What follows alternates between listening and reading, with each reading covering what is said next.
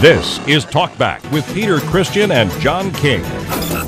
721-1290 or 1-800-568-5309. This is Newstalk KGVO, AM 1290 and now 101.5 FM. Newstalk KGVO, Missoula's news and weather station. Welcome, everybody. It is the Wednesday edition of Talkback, brought to you by NC Design Studio, specializing in high-end residential architecture and commercial development. The Mustard Seed Restaurant at Southgate Mall, Urban and Gerbert's Sandwich Shop, open on Higgins next to the Big Dipper. Stop in for a signature sandwich or stay right where you are and call for delivery. Kootenai Creek Village, the maintenance-free active adult community in Stevensville for the best of Western Montana living. Dig It Excavating, bringing 30 years of excellence to every job, 214-4292. And brought to you by Missoula Nissan Hyundai. Drive what you want affordably. Stop by and test drive a Hyundai with America's best warranty.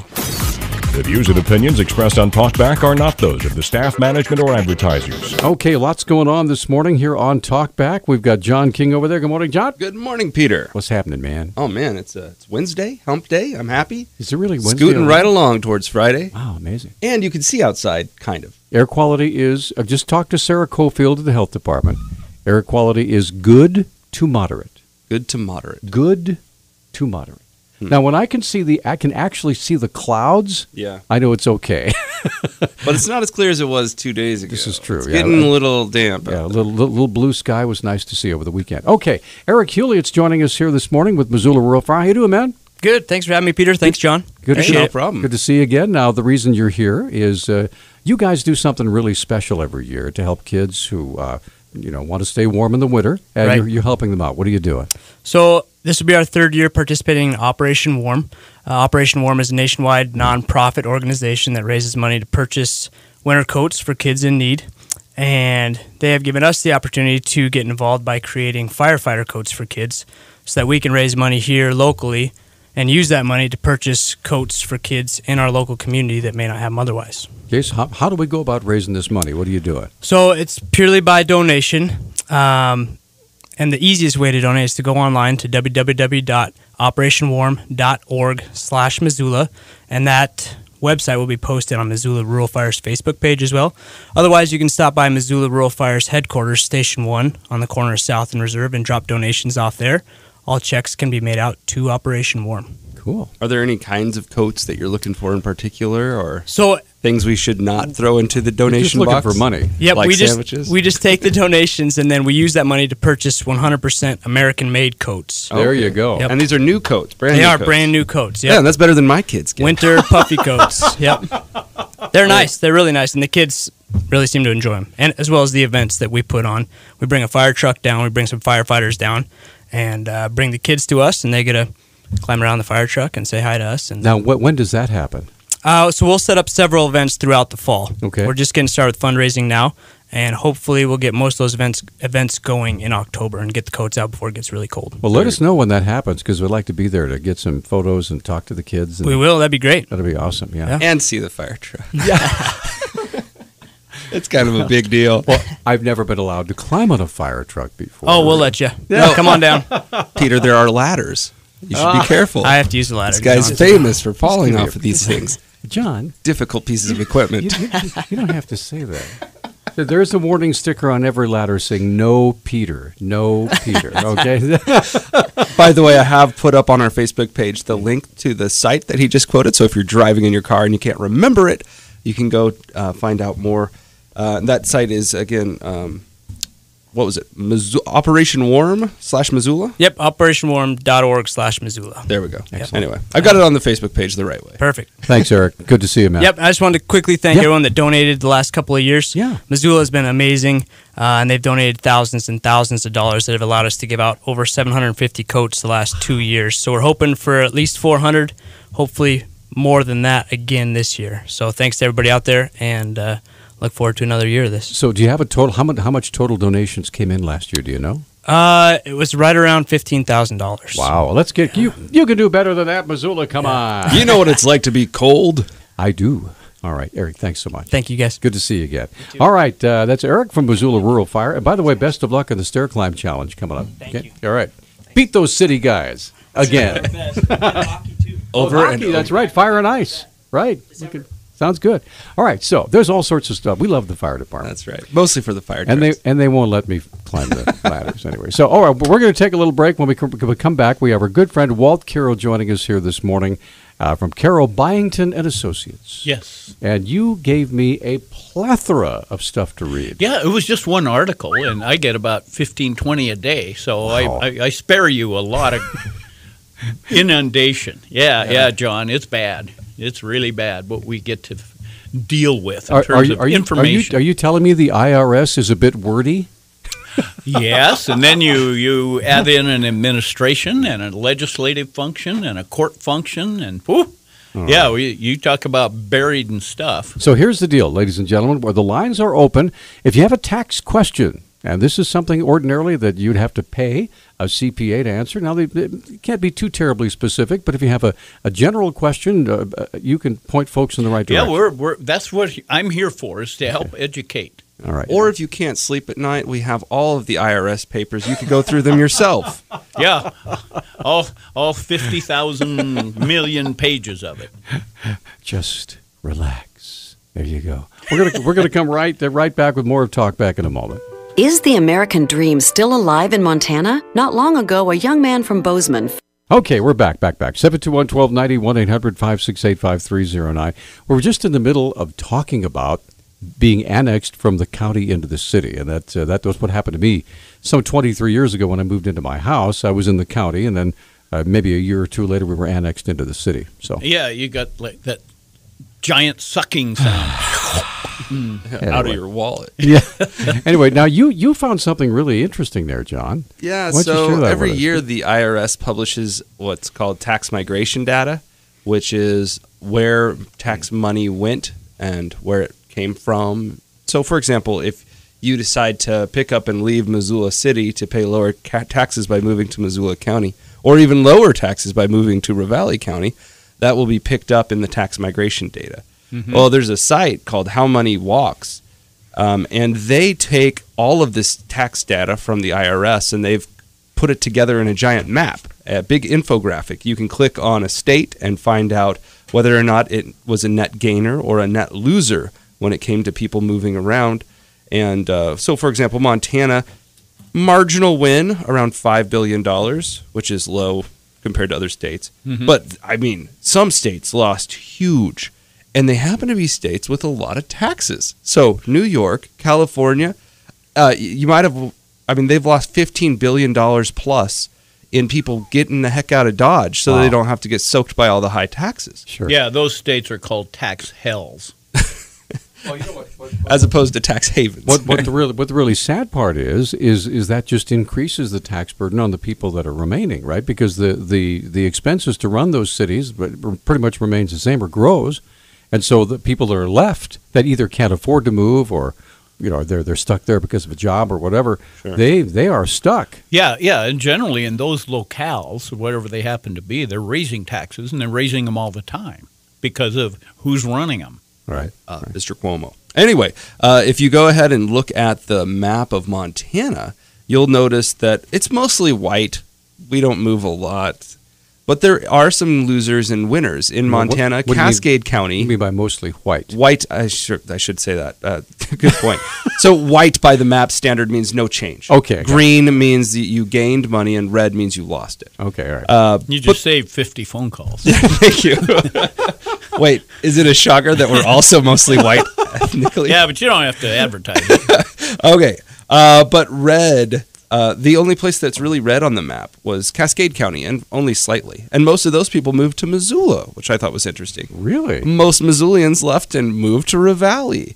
We lost, for example, if you look at the map on Missoula County, we gained $27.37 million from Cascade County. They lost that, of course, to us. We gained $50 million from Los Angeles County, California. About $11 million from Orange County, California. Almost $10 million from San Diego County, California. This is Missoula County? This is Missoula. Mm-hmm. Wow. And $8.86 million from Silverbow County. Wow. So that's where we're getting people from. Apparently we're attractive to Californians. That's Butte. And then we lost our wealth to Ravalli County. almost $39 million to our valley.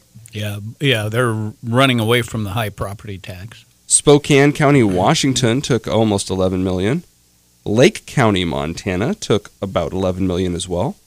$10 million to Ada County, Idaho, and then $7.5 million, a little less than $7.5 million to Kootenai County, Idaho. Of course, that state just to the west of us is a little burned to a crisp. Sure. Yeah. Welcome to the toaster. Ada County is Boise, and then Kootenai yeah. County is obviously, Yeah. Kellogg and Right. Coeur d'Alene. Right. But the biggest gainer in Montana, where most people are moving with their tax money, is Flathead County. And except for some of the people that are moving from Lewis and Clark County, everybody is from California or Washington and pretty wealthy counties in those states. Wow. Mm-hmm. Well, Flathead County, obviously, you got Flathead Lake, you got Glacier National Park, you got Whitefish, you got Columbia Falls, you got all those resort communities. Yeah, up there, and you got retiring demographics because obviously there's not that many jobs here, so those people are retired. Flathead County's got all the jobs, don't they? They do? They do? No, they do not. All right, 721-1290, 1-800-568-5309. Of course, Walt, Kero, you came loaded. I came for bear. loaded. Actually, I just have two topics, and we'll just play a little. You pick the topic. All right. There's two topics. One is tax expenditures, and the other one has to do with a story I have regarding the IRS's massive data breach. In other words, they got hacked. I vote number 2. Yeah, me too. I like the Okay, data. we'll go with the story first, and then we'll go with tax expenditures. Let's go with the leak. The leak. Okay. That's not what I meant when I said number 2. Well, it's kind of the story about the data breach is interesting because this fellow actually testified in front of Congress, and he happened to be he's a professional security analyst for computer systems. So he was probably the wrong guy to pick on. But anyway, his name is Michael Casper, spelled with a K, and he sat down to do his taxes this year, back in February for 2014. And this story's got a little bit of intrigue in it. It involves a bank account in rural Pennsylvania, a go-between on Craigslist, a Western Union wire transfer to, oh my God, pick the country, Nigeria. I was going to say Nigeria, yeah. And Hello, I am the Honorable Haile Selassie from Nigeria, and you have been chosen to launder my $1.6 million. With all the problems with Nigeria and these phony brown envelopes, right. I think the State Department in the U.S. just ought to just put the kibosh on any communication with Nigeria. Just stop this fraud. But anyway, he was this security analyst was one of 330,000 Americans who fell victim to the IRS hack attack. Okay. Now, can I ask you a quick question? Sure. Real quick. If we haven't heard from the IRS that our accounts were hacked yet, are we safe? For the most part, yes. Okay. Now, here's how it works, and this is what happened to this guy. He was first part of February. He had his W-2s, his 1099s, all that. He was preparing his return, and then he goes and pushes the button to electronically file, and kaboom! Within an hour, he got a notice that he couldn't file. And why couldn't he file? Because he's already filed. Some scumbag already filed using his Social Security number. Wow. And not only that, this scumbag had his 2013 return. This individual, whoever it was, had access to his 2013 tax return. So he had name, address, Social Security number, income, and all that stuff. Pretty scary. So anyway, there's a moral to this story, but there's more to this story. But for right now, I'll just say the moral of the story is, as my partner Mark said yesterday, he said, we better file early and file fast before some creep files in front of you. Ooh, Isn't that scary? It's an interesting point, yeah. Yeah. So people, quite literally, and I'm one of them, I usually wait until April 15th, especially if I owe, Now, if I am getting a refund, I'll file that baby on January 2nd if I can, Right. But if I owe, I'm just going to make them wait all the way till April 15th. So, Yeah. But that's probably not a good idea then. Not anymore. And maybe because, you keep a low profile, except for at Washington Grizzly Stadium. Sure. Except for the fact you're a radio announcer, you're pretty low profile. Yeah, but I mean, in terms of having your identity hacked. Right. So I used a credit card at Home Depot once, and boom, all of a sudden, if you've had, taxpayers out there in radio land, if you've been subject to an identity seizure, whether it's credit cards or whatnot, you're at higher risk for having this kind of thing happen to you, where somebody files a fraudulent tax return in your name and Social Security number.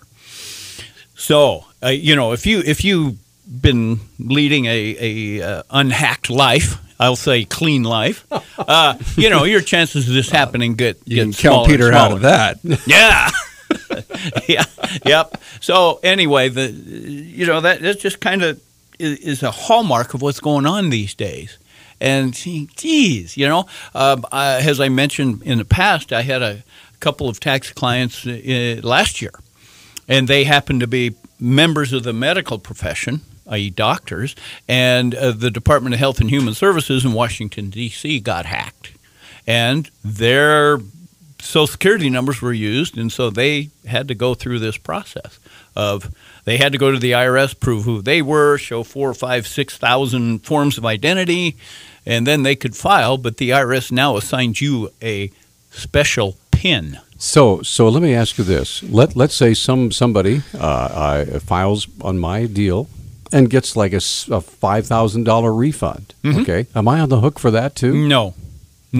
This software, he's a software engineer and he specializes in computer security. Right. He filed in February, and he eventually got his refund after he went through all the hassle in May. So Wow. He got his refund, but who loses is the taxpayer system. Everybody else. The government loses millions and billions of dollars to this identity theft. Yeah, we're up against a break. 721-1290. I would like to hear from you. If this has happened to you, and you don't even have to use your real name if you don't want to. You want to just be Bob or Sarah or whatever. Give us a call, 721-1290, and we'd like to hear your story and find out how you resolved this situation. Or if you're facing something that you fear you may have been hacked, call us. Walt's right here to help answer your questions from a tax perspective, and we'll be right back. Our number is 721-1290. Lead guitar, Walt Kero. Oh, yeah. I'm on the drums. This sounds like John on the bass guitar right there. And the kazoo. This sounds like a Sam Adams Right on, commercial. baby. That's what I'm talking about. Yeah, you know what I mean. Okay, sorry. I just get a little carried away with George Thorogood. Anyway, Walt Kero joining us here in studio. We do have two lines busy, ready to go here this morning. Charles, you're up first. Hi. Yeah, I had my identity stolen about 10 years ago. Ooh. That's a long time ago. That must have been a credit card deal. We don't know how it did. All I know is all my papers and that come up missing, and we don't know how they come up missing. But my birth certificate, my Social Security card. Wow. And it took me about 10 years till I could even get an ID. So, Charles, was it somebody maybe that broke into your house and got into your file cabinet, or what? We don't know. I was in the process of moving, and we think somewhere along the line, somebody got into my car and took all my stuff because I had everything all in one box. Wow. Yeah, that brings up, Charles, that brings up something interesting, is because problems happen a lot when people move. For some reason, people find out about it, and they say, aha, we can go rob this place, or we can go, do whatever. By contacting utility companies and whoever that you're moving. Mm-hmm. So how did you resolve? We have 2 minutes here, Charles. How did you resolve it? Okay, I ended up having to get an attorney, and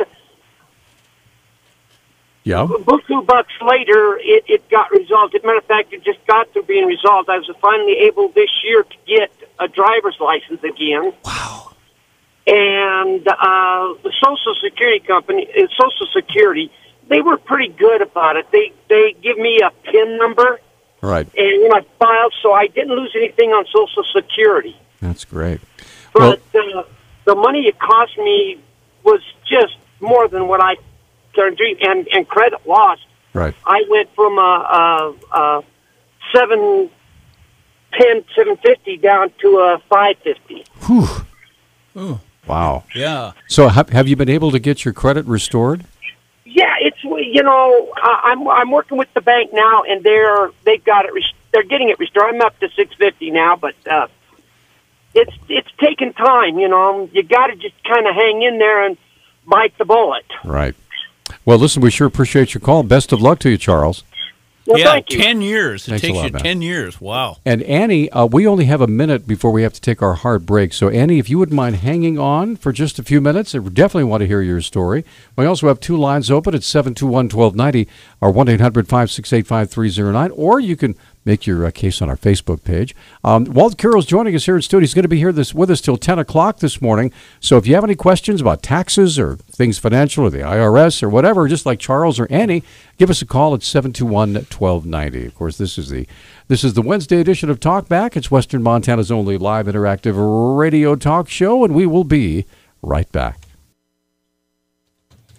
Here we are back, and our special guest in studio is Walt Kero from Kero, Byington and Associates. He's our resident CPA I'm glad guy. you think I'm special. Well, there he is. He's always I special. don't think I am, but that's Special all right. guest. And All we right. have resident Annie as well, who's been patient enough to be on hold for the last 7 minutes. Hi, Annie. How you doing, kiddo? I'm doing okay. So share your story. What's happening?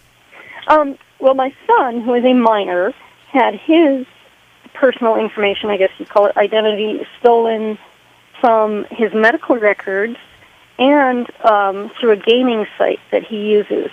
Now, as a minor, I haven't been too concerned because he doesn't have a bank account or anything like that yet.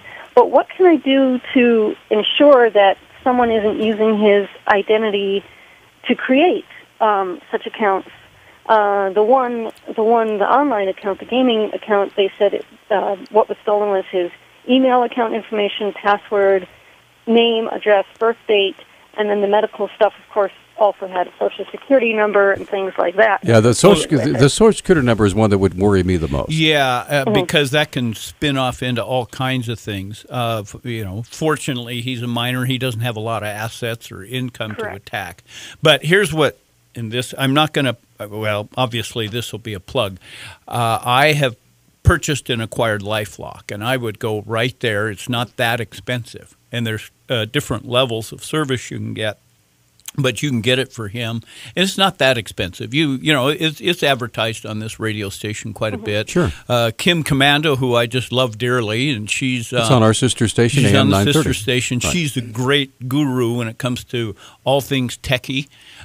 She promotes LifeLock as well, and so that's where I would start because it's easy, and once you sign up for it and get it, it works pretty well. Did you do that before or after you got your data stolen? I did it. I've done it before, and to date, nothing as bad has happened from my data being stolen through Home Depot. Okay, You know. gotcha. Oh, right, you lost it. How does giving your information to yet another third party ensure its safety? Oh, no, hey, there's nothing. That's a good question. There's nothing secure in this world, and it's just like, investing. There's nothing, no such thing as a, quote, safe investment. There's some allegations that certain investments are safe. But Now, here's something else, and Annie, I don't know if you agree with this or not. I'll ask both our experts here in studio. My wife has gone crazy over this PCmatic.com. And so how do you get protection from PCmatic.com? You download it onto your computer, and I say, honey, there is no way I am going to download something on my computer to protect my computer. That's nuts. It doesn't make any sense. yeah, Wait, yeah. What? Why doesn't it I make agree any with you. sense?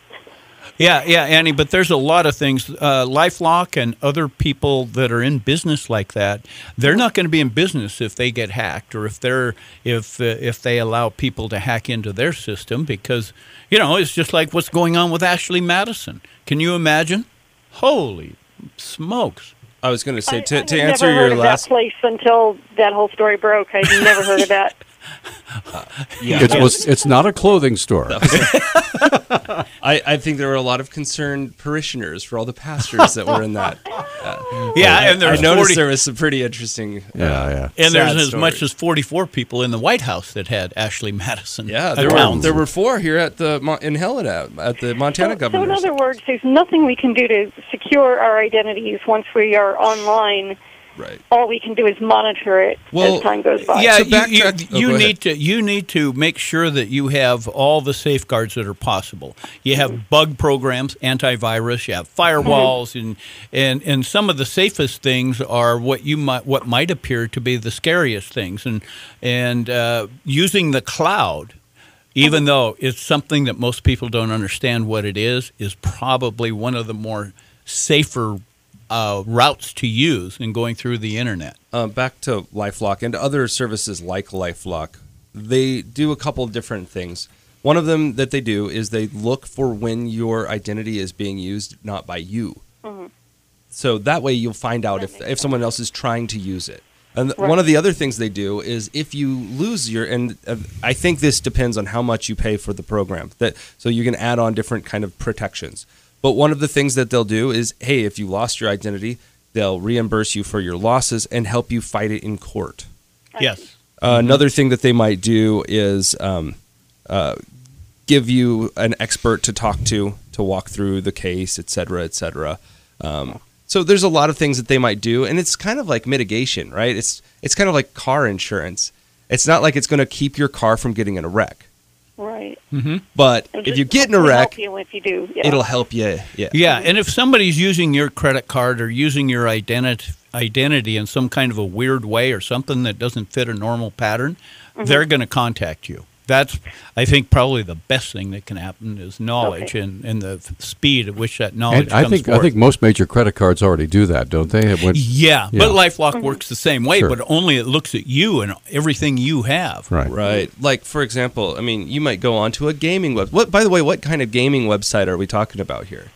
It was, do you want the actual name of it? Sure. It's Twitch, which I had also never heard of, and it has 45 million users globally, and it's a web-based multiplayer game site. It's a live stream gaming video platform.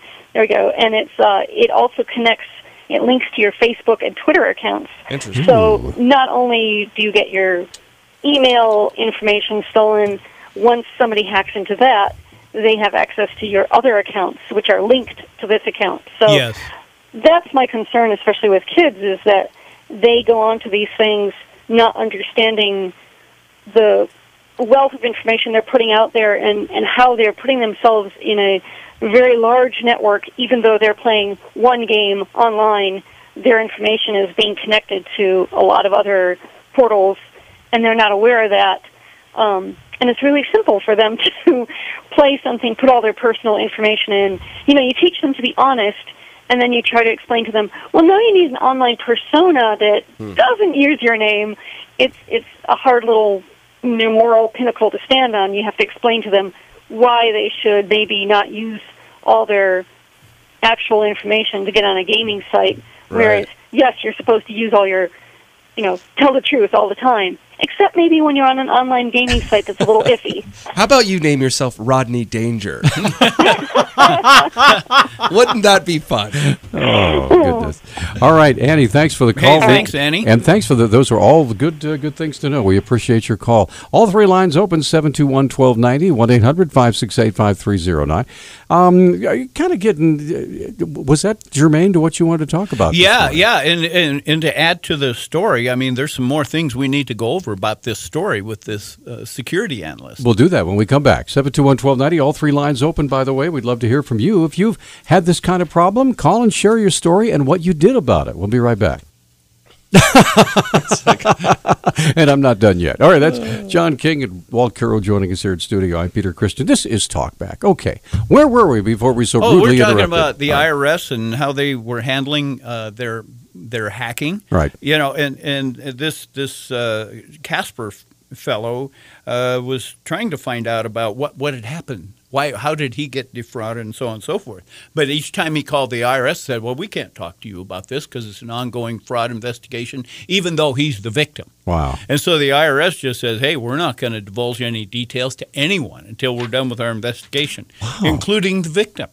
So now, isn't there some sort of agency you can go to, or some sort of a governmental watchdog services? Wait a minute, you can't treat people that way. This person is the victim. They need to know that information. Well, yeah. Like an advocate or some sort? There should be. Well, there is a thing called the Taxpayer Advocate Office. Right. And but when it comes to this stuff, their rules are in place, and even an advocate's not going to be able to do much. Wow. So you're going to have to blast. So you're basically stuck.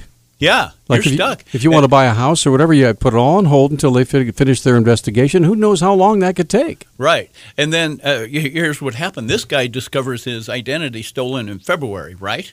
The IRS doesn't disclose to the public that this has gone on until May. Oh, wow. Wait. So no one knew about a giant breach yet? This is before? No. Well, the IRS kept it under wraps. Oh, how so clever. That's not good. You know, the IRS is just, I mean, I don't care what you think. That's not good. When you go 3-4 months and not disclose a problem, that's a lot of stuff can happen in there. That'd be like the EPA opening up a mine pit, punching out a bunch of poisonous orange acid into the river and not telling anyone for a while. Because maybe nobody will notice. Yeah. Well, this security guy, this Casper, felt, well, he had a concern for privacy, was protecting the criminals, and obviously that's what was going on. So he went to get a transcript service on the IRS website. And up until all this security stuff, I am able to go into the IRS computers if I have a power of attorney and get income and account transcripts. And believe me, it sure saves a lot of problems and makes my job easier. But now that's all frozen. I can't do that. But what he did to try to bypass all these privacy issues that the IRS is throwing at him and his victimhood, he sent $50 and requested a copy of his 2014 return. Right. The fraudulent one, and he was able to get it. So he found out what the scammers were doing. And they knew his date of birth, his social security number, his real address, marital status, even how much he made. So what they did is they pretty much copied his 2013 into 2014, and they added $6,000 to his withholdings to get a higher refund. So anyway, but you know, I talked about the delay. Let me ask you, what was he able to do with that information, though? I mean, is it just make him feel better to have it, or was he able to actually even do anything with it? He was playing Chief Inspector Clouseau. He was trying to get to the very bottom of who was doing what. Right. Okay? And as it turned out, there was a lady in Pennsylvania that got a job on Craigslist, and she was hired to make deposits and to receive money and make deposits. And for this effort, she was given a fee, a small fee. So she would get these refund checks, fraudulent refund checks, put them in a special bank account, and then, of course, that's when the Nigerians could get the money. So and really they found Nigerians. her. Because of his persistence, he contacted the local police in Pennsylvania. Wow. They were able to get to her. And then, of course, once her name came out, then there was all kinds of problems. And she doesn't exist anymore, although she's still alive. But, you know, you just go home. So this really did originate in Nigeria then? Yeah. Wow. Mm-hmm. Yeah. It originated in Nigeria. That's amazing. Oh, wow. Okay. 721-1290 is our number, 1-800-568-5309. And folks, count your blessings and keep your fingers and toes crossed that this doesn't happen to you, right? That's right. And, I hate this because I can't remember passwords that save my soul. And there's a password program you can acquire out there, Dashlane, that Kim Commando has talked about. It's free. Right. And it will create specialized passwords for you. I mean, they're complex. You know, I got small lowercase letters and uppercase letters and numbers and symbols and all that stuff. And but keeping track of that is really, really difficult. And as you get older, I can't remember squat. And there's also a program where you can keep those in your phone in a secure place. Mm-hmm. And so when you try to access this bank account, so push a button in there, there's my password, you type it in and go, you know. Yep. So. That's right. That's another thing. Smartphones, well, maybe they're not so smart, but they're at risk too. Yeah. So, and maybe that's something you could have on as a future radio shows. Get a security person in here as an expert in that. Like a 12-year-old. Yeah. I imagine it'd be something like that. Don't do that. Don't do that. Yeah. Don't do that. Don't do that. Just give me Well, your then what phone. do I do? What is this tin can with a string on it for? Yeah. Anyway, we're going to come right back. 721-1290 is our number. In case you're wondering, that was a rotary dial phone. Those of you who are under the age of 50. It's a Gatling gun. We'll be right back. This is Talkback. 721-1290 is our number. Yeah, that's Walt Kero right there. Yes. I got to stop this. I got to stop playing George Thorogood. I get in too much into the mood. John King's over there. I'm Peter Christian. We have all three lines of humming, but you wanted to finish up a quick part of your story. Oh, just a couple of things. One, the total victimhood in this IRS breach of security was 334,000, and if you're part of that thing in the future, the hackers are going to have a small window between the end of a tax year and the moment a taxpayer files his return to steal your identity protection PIN that the IRS brings out to you. So now people are going to have an incentive to file earlier, and we kind of talked about that. And the last thing is the fraud problem far exceeds the $50 million lost in this one incident. According to the Governmental Accounting Office, the IRS prevented the loss of $24.4 billion. Well, that's good news in 2013, but they still lost $5.8 billion. So, anyway, the end of that story. It's kind of like that jobs that were saved or created, right?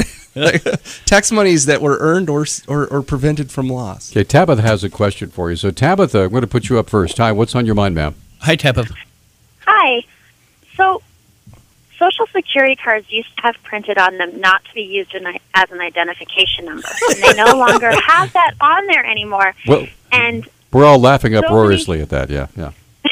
So many people ask for that when you go to a doctor's office or you get car insurance or anything. And is that part of the reason why we're having so many issues with people having their identity stolen, because we're asked to give our Social Security number out so much? I would say to a certain extent the answer is yes. I wouldn't say it's wholly, but the reason why insurance companies, health insurance and life insurance, all those get Social Security numbers is in case there's a check issued to you, they need to report it to the IRS, and otherwise they get penalized.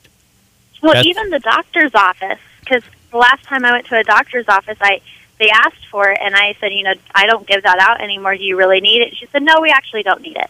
Yeah, well, what can I say? If you're not, if you were on Medicare, then the answer is, then I think they have to have that because they bill Medicare, and it's all spinning off of your Social Security number. But that's what my limited understanding of what's going on there. Yeah, and I think you're right on the money with asking if there was another way, because the times that I get uncomfortable, anytime, always online, and anytime, even in person, is there another number you could use to check me? And they almost always will allow you to use something else. Mm-hmm. Yeah, I remember for many years, Tabitha, I don't know how long you've been around on this earth, but there was a time when your Social Security number would have something to do with your driver's license. You know? So anyway. I thought Peter was about to say, there was a time before Social Security. Well, there was. But anyway, okay, thanks for the call, Tabitha. Thank you. Thank you. Have a great day. Norm, you're on Talkback. Thanks for holding, sir. Go ahead. Hello, Norm? Yeah, I'm here. Okay, sir, you are on the air. Please go ahead, sir. Okay, we've been breaking up here. The other thing that you guys haven't covered is whenever you apply, put your application in for anything, open up a bank account, any kind of thing where you use your identity. My identity was stolen in 1964. I was 12 years old at the time. And the people that stole it was somebody working at the bank. Mm-hmm. Okay, and what they did is I opened up the account because I had a lawn mowing business. They went to Sears with my information, and they bought a whole house full of furniture, $7,000 worth. Wow. You didn't secretly get married, did you? Yeah, well, when I got married is when I found out about it. Really? Awesome. And, in 71, and because I tried to file my income tax through household finance thing, through their tax thing that they had going at the time, and they refused to give me a refund. They didn't even want to do my taxes because there's an outstanding thing out there. And I asked, well, what the heck's going on? So finally, it took me a while to get the information. I got it all. This is real good. And then they go, I got the runaround from all the officials, all the authorities. Nobody would give me a hand in any way, shape, and form. I was on my own. So what I did was I went and got an attorney. The attorney cost me $5,000. Wow. Okay? Yeah. And it took about 6 months to get this squared away. We went to court. The court said that Sears was in violation because there's a minor law. You can't do business with anybody under 18. I was 12 at the time. So there's a violation there.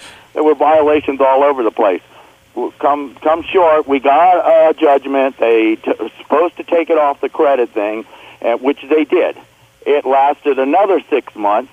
And some little peon, some gal working in one of those credit offices that didn't have nothing better to do, put it all back into the computer again. Oh, man.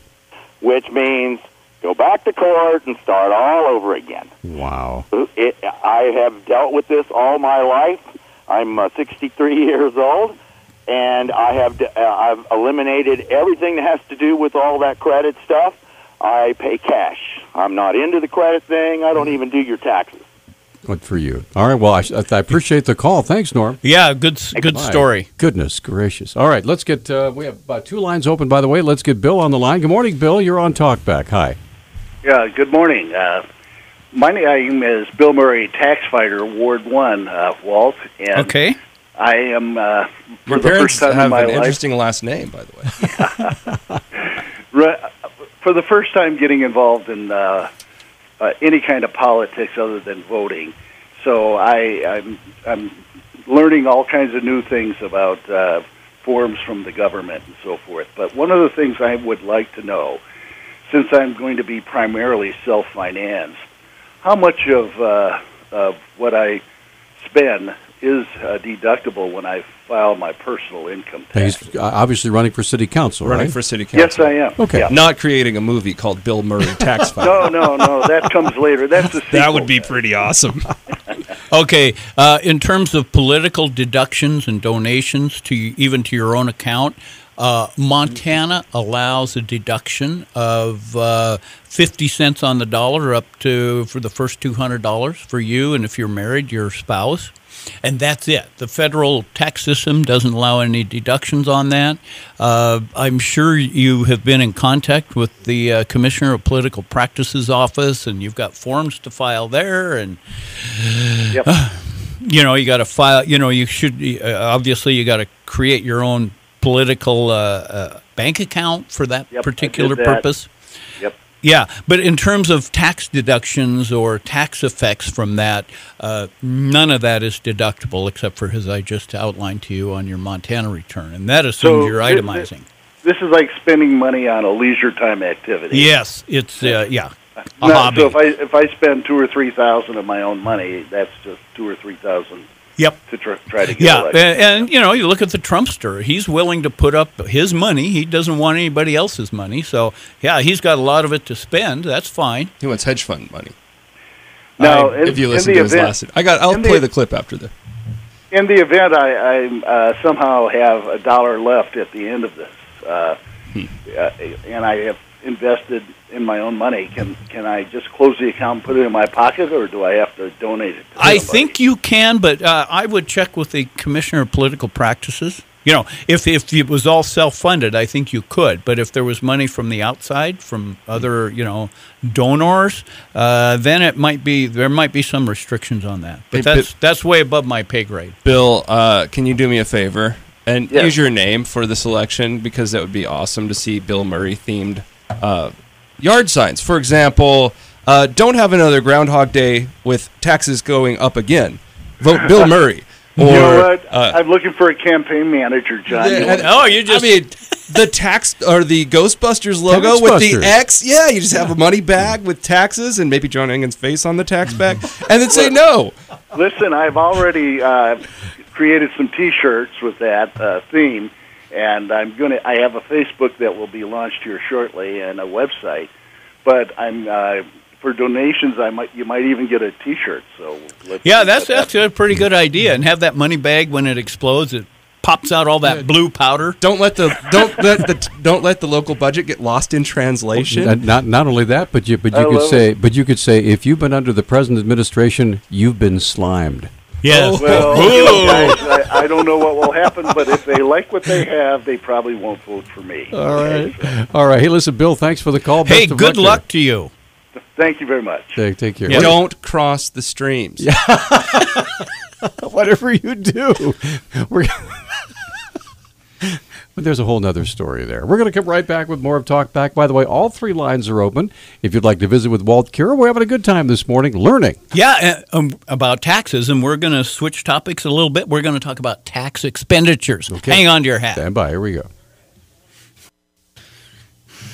It's Talk Back. 721-1290 is our number. And, of course, our good friend Walt Kero from Kero Byington and Associates. He's our resident CPA on Talkback. So we've been giving out advice, taking stories. Now, you found something interesting about Lois Lerner, right? Yeah. So there's some new news about Lois Lerner and the email scandal that isn't Hillary Clinton's. By the way, it looks like John Kerry's giving a speech right now about the Iranian deal. I think it's going to go through, which a lot of people had thought would happen. But anyway, so you know what's going on in the world. Okay, this is off of Fox. IRS reveals existence of another Lois Lerner email account. The IRS admitted to federal court that there was a second personal email account. Now, this is the second one. There was already one before, everybody. So, double trouble here. Account that Lois Lerner, the official at the heart of the Tea Party targeting scandal, used to conduct agency business. The email account apparently was set up under the name Toby Miles, which sources tell Fox News is the name of Lois Lerner's dog. Okay. Yeah. Now, actually, I've got the wrong story. Okay. That was when they first found. Yeah. Just yesterday. Right. I got to go find it again. Okay. Right. Sorry about this. But just yesterday, they found. Oh, here it is. Another email account. So she had 2 private email accounts? Sure. This is out of the Washington Times. Mm-hmm. Lois Lerner used yet another private email account to do government business, the IRS revealed in a court filing on Monday, that tries to clear up confusion over the former agency executive's email practices. At least 400 messages were sent or received from the newly revealed account, IRS said. Officials said, though they insisted those messages were already part of the tens of thousands that had to be turned over to Congress. The lawyers withheld the name of the address of the new account, but said it's different than the Toby Miles account that they revealed earlier. But the 400 messages come from a secondary account that the agency is just now making public. The undersigned attorneys, this is a quote, the undersigned attorneys have now confirmed that Lerner also sent or received work-related emails from a second personal email account. Jeffrey J. Klimas and Stephanie Sarskak, 2 Justice Department lawyers representing the IRS in the case, told Judge Emmett Sullivan. The revelation is the latest twist in an open records lawsuit brought by Judicial Watch, a public interest law firm that has prodded the IRS to release Mrs. Lerner's emails. Tom Fitton, president of Judicial Watch, said that the agency's latest explanation continues a pattern of making it very difficult to understand what went on with the Lerner emails. Quote, once again, they're moving the goalposts. It's not so much misleading the public, which is troublesome, it's that the court can't rely on the representations that they make, Mr. Fitton said. Quote, it is confusing, and I think it's purposely confusing. Yes, this is drip, drip, drip. I really want to know, after we know the first one was named after a dog, I mean, what is the second email account named after? Goldfish. I don't know. Splashy the fish. Fins. All right, so we're up against another break, Walt. I want you to talk about this. We're not going to talk about anything else but tax expenditures when we come back. Yes. Oh, because you have like 6 pages here, and it's real fine print. Okay, we're going. I have my magnifying glass ready. We'll be right back. It's Talk Back, 721-1290, 1-800-568-5309. And ladies and gentlemen, the one, the only, Walt Kero. The tax guy. All right, what do you got? Okay, we're going to talk about a concept called tax expenditure. Okay. Now, this comes from government gobbledygook. Imagine but the definition of a tax expenditure. Is that redundant? Yeah. Okay. A tax expenditure is a departure from the normal tax code that lowers the taxpayer's burden. For example, you have an exemption, a deduction, or tax credit. They are called tax expenditures because, in practice, they resemble government spending. Wow. Oh, my gosh. Anyway, before we even go much farther from this, and I was talking to a good friend of mine, an attorney that I know quite well, and I said to Dan, in my research, and I've mentioned this before on the radio show, is that there'll be court decisions or there'll be reference by various legislators or people in government that deductions are a matter of legislative grace. Right. Think about the arrogance of that statement. Right. And, of course, this is even in court opinions where a judge will say something like that. And you go, okay, well, let's back up a second here and find out the whole concept of taxation is a matter of citizenry or taxpayer grace, right? Because when they say legislative deductions are a matter of legislative grace, you want to just throttle them because the arrogance of that statement comes out. It just kind of says, well, like the government, the elected officials, the judges, the whole system feels like they're entitled to taxpayer money. And then, of course, and you've heard me talk about this before, of OPM, the drug called other people's money. And you think, we need to have a big attitude adjustment here in the government before things will ever get straightened out. And I'm sure there's other people who feel the same way as I do, that needs to take place. And until that takes place, we're just going to get same old, same old. Now, what intrigues me is when I hear you say things like that, it's kind of good news, bad news, because we cover stories all the time at the University of Montana, MSU, colleges all over the country are getting government grants to study this and that and the other thing, like why your left toe is bigger than your right toe, or whatever it might be, right? Mm-hmm. And some of them are very important, some of them seem a little bit obscure, but much of that is government money. I mean, it is tax money that has been distributed to this organization or that foundation or whatever. And so when you hear, hey, they got $1 million to study this, I'm going, well, that's good news and it's bad news. Where'd the money actually come from? Yeah, it comes from the taxpayer. Anyway. Or, you've got fraudulent tax refunds going out there. Right. Is that a tax expenditure? Boy, I would say it's that on steroids. Sure. So, the government itself is much to blame for a lot of the excessive spending and so on and so forth. But we elect these people to get in there. But we're definitely, maybe Trump's right. We got a bunch of people that are less than qualified in office. Ouch. Yeah. So basically, I guess the question is, what do you do about it? I mean, obviously, you need to be an informed voter. You need to hold, if you will, hold your legislator, whether it's a congressperson or a senator, hold their feet to the tax fire, right? That's right. Yeah, and whenever they propose tax increases, you want to say, okay, well, what's it for? If it's going to be used to reduce the debt, well, maybe that's something we can handle. But if it's to create more spending, well, then you're just adding more drug to that other people's money problem. Right. Now, maybe you could explain what's the difference between the deficit and the national debt? Do you know what the difference is there? Well, the deficit is the annual right addition to the national debt. Okay. And of course, you'll get economists and all those people from that profession, if you will, or that philosophy that seem to think that debt's not a big problem because we can print, we got a printing press and we can go do all that. But any entity, whether it's the government or you as an individual, you're going to reach a certain point where you can't pay your bills. Right. And God help us if we reach that point at the government level because, Donald Trump has said that $24 trillion is the number. He thinks at that point the government will not be able to pay its bills. And we're at 19 now, right? Yeah, we're at 19. But, in forecasting that is very difficult. Yeah. It could be 22, it could be 30. Who knows what the actual number is, but there will be a number. Yeah, There will be a number. And of course, the government can just, deflate the currency, so that it would take, like my dad said, in Germany after World War I, I think it was, you needed a bushel basket full of marks to buy a loaf of bread. Right. The Weimar Republic. Yeah.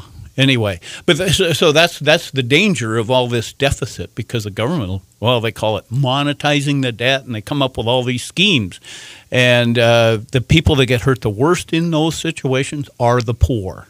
And the reason we haven't seen that kind of inflation is because of the artificially low interest rates that the Fed has been, putting on the economy, which, spurs people to buy homes. I mean, it's in a way, it's a good thing because people get low interest rates on mortgages and that sort of thing. And so it's a positive for the economy. It's a good thing if you have the money to lay down for a house. Yeah, exactly. But if you don't, and let's say you're someone who depends on interest income, for your savings or your pension or whatever it might be, those people are suffering with really, really low returns on the investment they made over 50 or 60 years. That's right. Yeah, it's kind of a two-edged sword. Yeah. So, okay, but here's an interesting thing, and I'm glad I got into this because I learned something. And the learning something is what is the normal tax code? Uh-oh. So then you kind of go back and you get into the basis or the foundation of our current income tax structure. And bear with me. Given that a tax expenditure is defined as a departure from the normal tax code, the nature of tax expenditures depends crucially on what the normal tax code is. And the Treasury Department and Congress's Joint Committee on Taxation have adopted similar definitions, but while these definitions have been consistent, they are not economically coherent. Yeah. And you always wondered that, because even Einstein, he's a brilliant person, but he couldn't understand our income tax structure. Right. And so kind of here is what goes on. The federal tax system is built on a poor intellectual foundation. It relies heavily on a definition of income developed by economists Robert Haig and Henry Simons. And that was almost a century ago. So this Haig-Simons definition of income is that income equals the sum of your consumption. You're big on that one, John. The sum of your consumption plus your change in net worth. Think about that. And obviously, change in net worth would be like triggering a capital gain. Mm-hmm. You bought a stock for $100 a share and you sell it for $200. Well, that's added into the mixture of income to which you pay income tax. And so the income structure is a combination of income and increase in net worth. Now, for all you boys and girls out there, if you know your history, how did Al Capone get busted? The IRS busted him. Income tax evasion. And they did what was called a net worth audit. And so they said, Al, your net worth is $1 million on this date, and up here it's $10 million at this date. You got $9 million of income. And they got him. The jury sent him to jail. Yeah. Okay, we're up against our final break. It's a 1-minute timeout, so we're going to be right back with more with Walt Kero. Very fascinating. Hope you're listening. There will be a test at the end. We'll be right back. You better believe it. And we're back on Talkback. 721-1290 is our number. Let's get right back to the phones and say good morning to Dave. Hey, Dave, you're on with Walt. Go ahead. Hi, Dave. Good morning. There's a theory out there among some economists that deficits cause recessions. But I have a hard time believing that when you look at 1920s and Calvin Coolidge's time in office, he was running surpluses. And even in 1930, the government ran a surplus, and right in the beginning of the Great Depression. So I question that theory. Oh, yeah. And the economy has so many moving parts to it. To blame one thing for a given effect is crazy. Yeah, there's just way too many moving parts. But the one thing that happened in the Depression, and a lot of it goes back to the Federal Reserve District in New York, contracted the money supply severely. And when that happened, it deflated everything, and nobody had any money as a result. No credit, no money, no nothing. And then that just started a snowball effect after that. Sure, and it was a banking problem, right? All these banks started collapsing. No one could get a loan. No one could get liquid money. Yeah, but Dave, can't you agree that deficits by themselves don't cause bad economic results, but when they're too big, I mean, I think we can handle a little bit of deficit spending, but when it's in the trillions of dollars, that's going to be foreboding. certainly the numbers are not as important as the percentage of gross GDP. Japan has like 2.5 to almost 3 times GDP numbers, and it seems to be doing fair, not great. They've had stagflation for 25 years. Right. Yeah, they've had a tough time. Not that they're hurting, but they're not doing well either. Right. They're kind of hurting. I lived there. But to me, hollowed out cities. It's kind of scary. It's really you have no idea. You drive to a Montana town. Imagine it. Drive into a Montana town. Most of the buildings are vacant. The schools are half filled. There's no people there. It's just weird. And that's lots of little towns all over Japan. To me, it's about consumption production. If they get out of whack, then you have a problem. You get high unemployment, and it leads to people pulling back from consumption, and it just snowballs. Yeah, and we have high unemployment now. Right. And to me, that's what causes great recessions. Just run away when production doesn't meet consumption. Right. Hey, Dave, thanks for the call, man. Yeah. Appreciate it. Hey, you know what the unemployment rate is in the Eurozone now? Oh, probably what, 10%? It's hovering between 10 and 18% between country to country. Yeah. 18%. Can you imagine? That wouldn't be good. Yeah. Anyway, so please continue. Oh, okay, on the tax expenditures. And here's an offshoot of where this gets complicated and messy. Okay. Because of this, this bourbon blend of income and net worth change in income. The issue is that a change, straight no chaser, if you don't mind. Yeah, the issue is that a change in one's net worth usually becomes consumption at a later date. For example, an average individual accumulates net worth throughout his or her working life and spends it down in retirement. You know, you're building up your nest egg. As a result, the Haig-Simons definition single counts some kinds of consumption but double counts other kinds for purposes of taxation. So, that's part and parcel. But I think the biggest problem why our tax system today is so complex is that the government, whether it's the federal government or the state government, so uses the tax system to socially engineer stuff.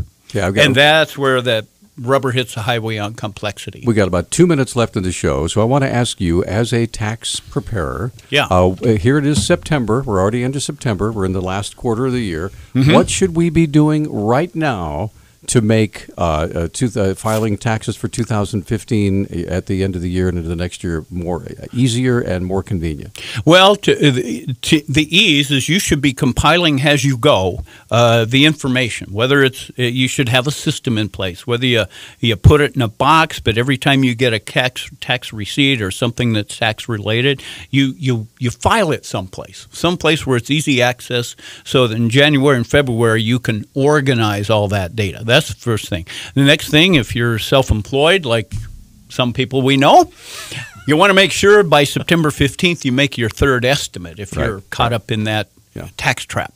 Yeah. So, I mean, those are just a couple of things. And then before the end of the year, if you're in business, you want to look at do you need any equipment? Do you what's your income? Is it high or low? And this is why it's important to get with your tax consultant and say, hey, here it is October, November, December. There's a certain amount of business equipment you can deduct before the end of the year. You want to make sure, first of all, you have the capital to do that sort of thing, right? Right, and I don't advocate my clients, or I don't advocate anybody out there to just go buy something for the tax deduction. Right. No, if you need it, by all means, go get it. Do that, as long as you have the capital to afford it. Okay. But anyway. Cool. All right. So how do we get in touch with the fabulous Walt Kero? Okay. Well, you go to our website, kbcpas.net, 549-2288. Lacey, who Peter knows pretty well. I like that. She's a nice gal. She's a doll. But anyway, nice she had to scramble out of here yesterday to go to her sister's wedding in Hawaii. Wow. Oh, poor girl. And her sister pulled a fast one and didn't communicate to her that the plane's not leaving at 5 o'clock. It was leaving at noon. Wow. So, and she found out the hard way. She just checked her boarding pass and said, this isn't right. And her sister just failed to tell her that there was a change in schedule. Anyway, fun. Thanks, Walt. What's coming up on tomorrow's show? We'll be speaking about the EPA's Clean Power Plan with the Mining Association. Cool. All right. I'll be visiting with Attorney General Fox about that today. So you guys have a great day. We will see you tomorrow.